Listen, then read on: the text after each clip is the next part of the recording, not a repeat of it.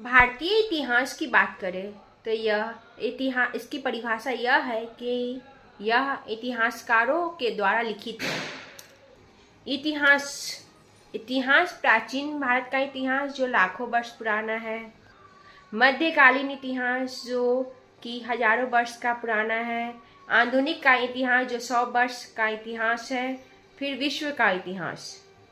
आधुनिक भारत का इतिहास हम 9th-10th में पढ़ते हैं, जो कि हमारे बहुत सारे एग्जाम के लिए बहुत ही महत्वपूर्ण है। अब हम बात करते हैं आधुनिक भारत का इतिहास। यह इतिहास 1498 से लेकर के 1964 तक का इतिहास जो है आधुनिक भारत का इतिहास माना जाता है।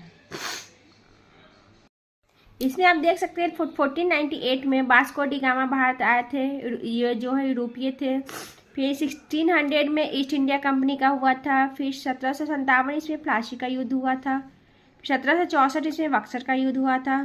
फिर जो बीच का है वो 1850, उसके बाद 1857 की क्रांति हुई थी। 1857 में 1850 से भारतीय राष्ट्रीय कांग्रेस की स्थापना हुई थी। फिर 1947 में भारत की स्वतंत्रता हुआ था। फिर 1964 ईस्वी में नेहरू की विदेश नीति इसमें वो लागू हुई थी। यह जो है ना पूरा आधुनिक भारत का इतिहास है, इसको हम स्टडी करेंगे। मेन जो है 1498 से लेकर के 1947 तक का वो हमें पूछा जाता है। इसके बारे में ये 449 वर्ष का इतिहास, इसको हम देखेंगे। 1850 से लेकर 1947 का जो के बीच का जो काल है उसको भारतीय राष्ट्रीय आंदोलन कहते हैं। इसको भी 2 पार्ट्स में डिवाइड किया गया है।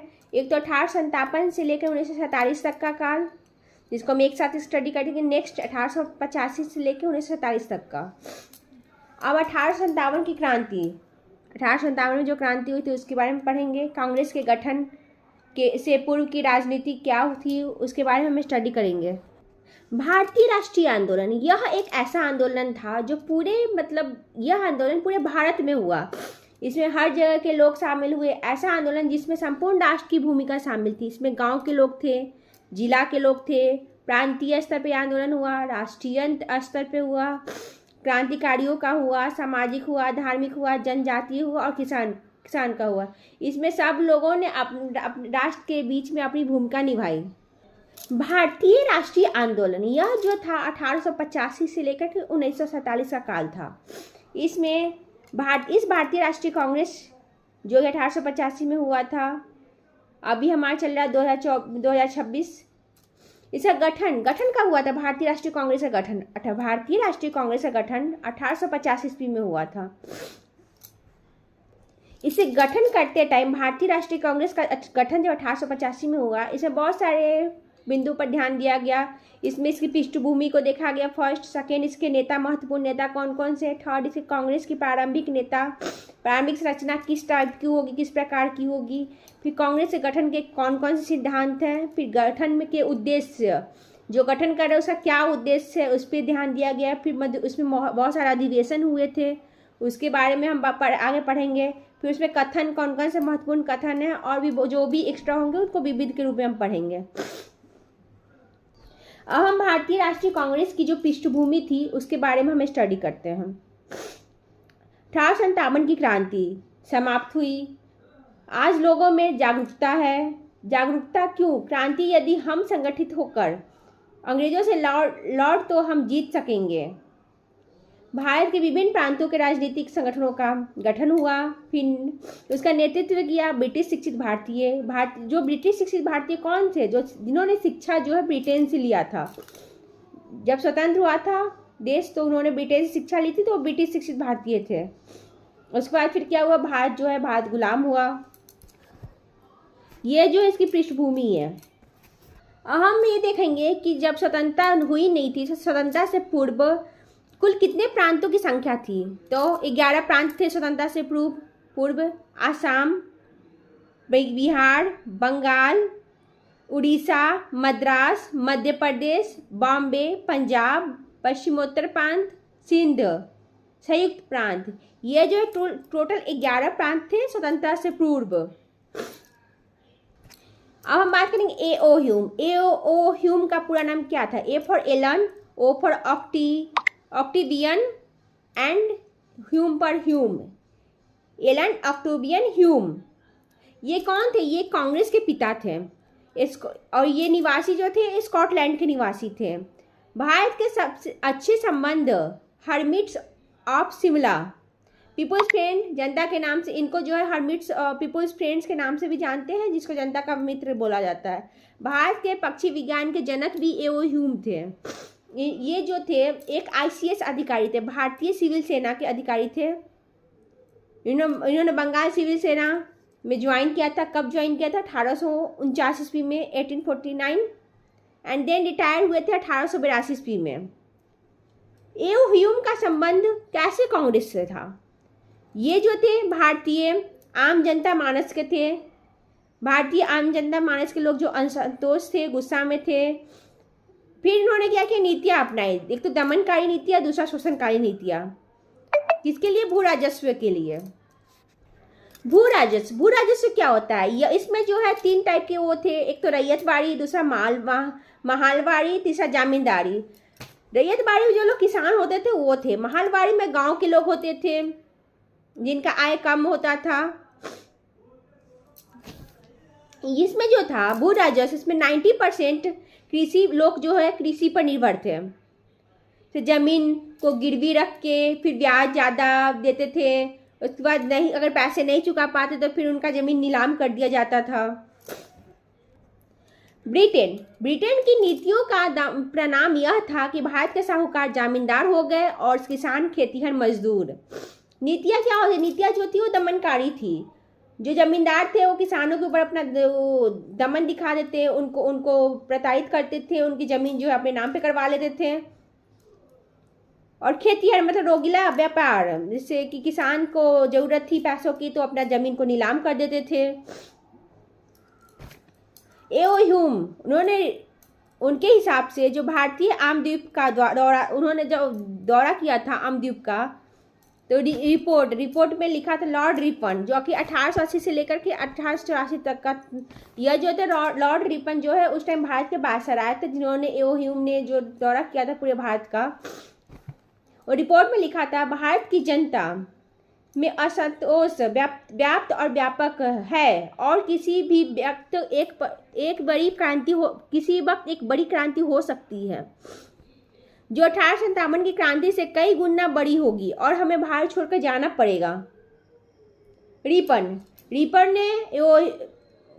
ने ओ ह्यूम को बताया, जो कि भारतीय नेताओं के बैठक हुई थी, जहाँ पे संगठन कहाँ हुआ था? 1884 में हुआ था, जिसको भारतीय राष्ट्रीय संघ का संगठन हुआ था, जिसमें जो ब्रिटिश शिक्षित भारतीय थे उन्होंने राजनीतिक की महत्वाकांक्षा रखी।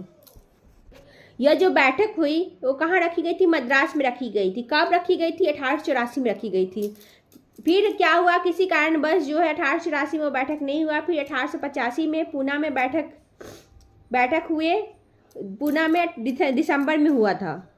भारतीय राष्ट्रीय संघ की बैठक जो थी वो प्रस्तावित थी पूना में, लेकिन हैजा महामारी फिर पूना में उस टाइम फैल गया था 1885 में। तो फिर स्थान को परिवर्तन करके नया स्थान दिया गया जो बॉम्बे में हुआ था। बॉम्बे में कहाँ पे? गोकुलदास तेजपाल संस्कृत महाविद्यालय, यहाँ पे बैठक करवाया गया था। इसमें विभिन्न प्रांत के नेता आए थे।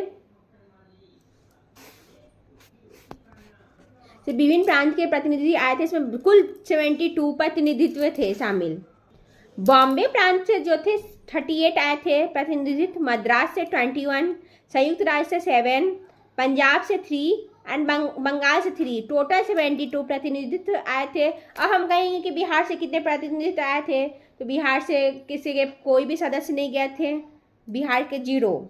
अगर बिहार का पूछा जाए तो हम इस टाइम 0 बोलेंगे, जो पुणे में हुआ था, बॉम्बे में हुआ था जो संगठन।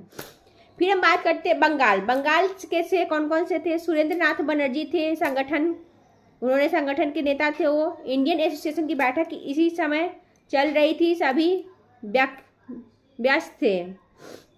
सुरेंद्र नाथ बनर्जी गए थे कि नहीं गए थे? नहीं गए थे, क्योंकि उस टाइम इंडियन एसोसिएशन का बैठक चल रहा था। जब 1884 में जो गठन होने वाला था मद्रास में, उसमें क्या होता है? पहले उन्होंने बोला गया था 1884 में कि जो भी समस्या है उसको इकट्ठा किया जाए। फिर उस जो बैठक हुई थी 1885 में, उसमें उस समस्या को शामिल किया जाएगा। बैठक फिर 20 दिसंबर से 25 दिसंबर तक चली। फिर 26 दिसंबर को क्या हुआ, कुल प्रस्ताव को पेश किया गया। इसमें कौन कौन से प्रस्ताव थे? इसमें तो पहला प्रस्ताव था कि भारतीय लोगों के द्वारा दिए गए कर के पैसे व्यय को जांच हो। जो भी भारतीय कर दे रहे हैं या फिर कुछ व्यय खर्च कर रहे हैं उस पैसों का जांच किया जाए। दूसरा था कि ब्रिटेन सैनिकों पर व्यय के 50% कम किया जाए। तीसरा था कि बर्मा पर अलग से शासन किया जाए। चौथा था भारतीयों को बजट बनाने या बहस में शामिल किया जाए। फिर पांचवा था इंडियन काउंसिल को भंग करे। इंडियन काउंसिल का भंग करने का मतलब था कि इसमें जो है भारत का प्रतिनिधित्व होना चाहिए इंडियन काउंसिल में। छठा पॉइंट था कि आईसीएस की परीक्षा लंदन के साथ साथ भारत में भी कराई जाए।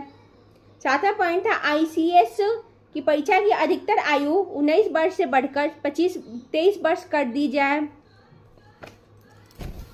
फिर आठवां पॉइंट था सभी प्रस्ताव को जो पारित हुए हैं वे सभी प्रांतों के सभी राजनीतिक नेताओं को भेजा जाए ताकि वे इस प्रस्ताव को सुनिश्चित कर सकें।